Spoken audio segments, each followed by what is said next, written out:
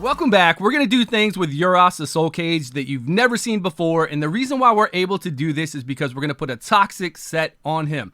A 75% chance to apply this small poison, and it happens all the time. This really helps us get through the waves. We lock out his A3, so he's only doing his A2 then and his A1. And it makes it so we can beat bosses. We cannot beat Dragon 25 just having him in a regen set. The dragon doesn't hit often enough for us to get our poisons up on this passive here, and we don't get enough poisons. We will die.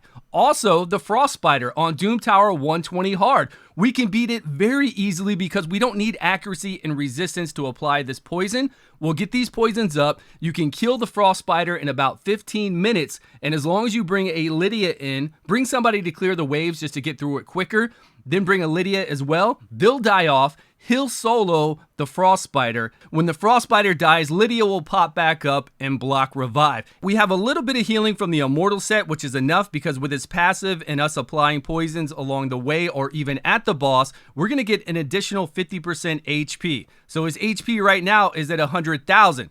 That'll quickly go to 150,000. And then we're getting these small minor heals off of the Immortal set, but we're getting that shield on his A1, so it's keeping us alive. 3% additional, plus these massive shields at 150,000 HP. Once we get that built up, very easy to keep him alive through the waves and to fight the bosses. For the Masteries, we have War Master to speed this up even more. We're coming down here to get additional turn meter increase when a buff falls off, because we do get a buff on that A1. We're locking out his A3, so we're not relying on that strengthen and ally protection. We're getting additional turn meter here from all those debuffs.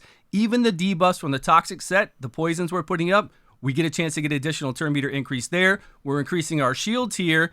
Try to get back around to that A2 as much as possible if we need it during waves, which we really don't, but there was nothing else I wanted to select. Sniper does help out with his passive to apply a poison when he's hit, so make sure you grab that. And then we can always extend. We can extend the toxic set poisons, and we can extend our poisons that we're applying. Let's quickly go over the gear, and then we'll get right into these runs. HP, HP, HP. We've got even more HP, accuracy or resistance, whichever you need, and then the rest is here. Just accuracy, resistance, and speed. I do have his A2 booked out. His A1 is booked as well. This isn't important to have booked out, the A1, but the A2, maybe if you're going to solo, if you have somebody else take him to the boss, you don't have to worry about this. This is not important on the boss. He's going to do A1 primarily there. This won't really help us out. Let's get into Dragon 25, the Frost Spider, Ice Golem, and then you all let me know, how do you like Urost's Soul Cage in a toxic set in Immortal?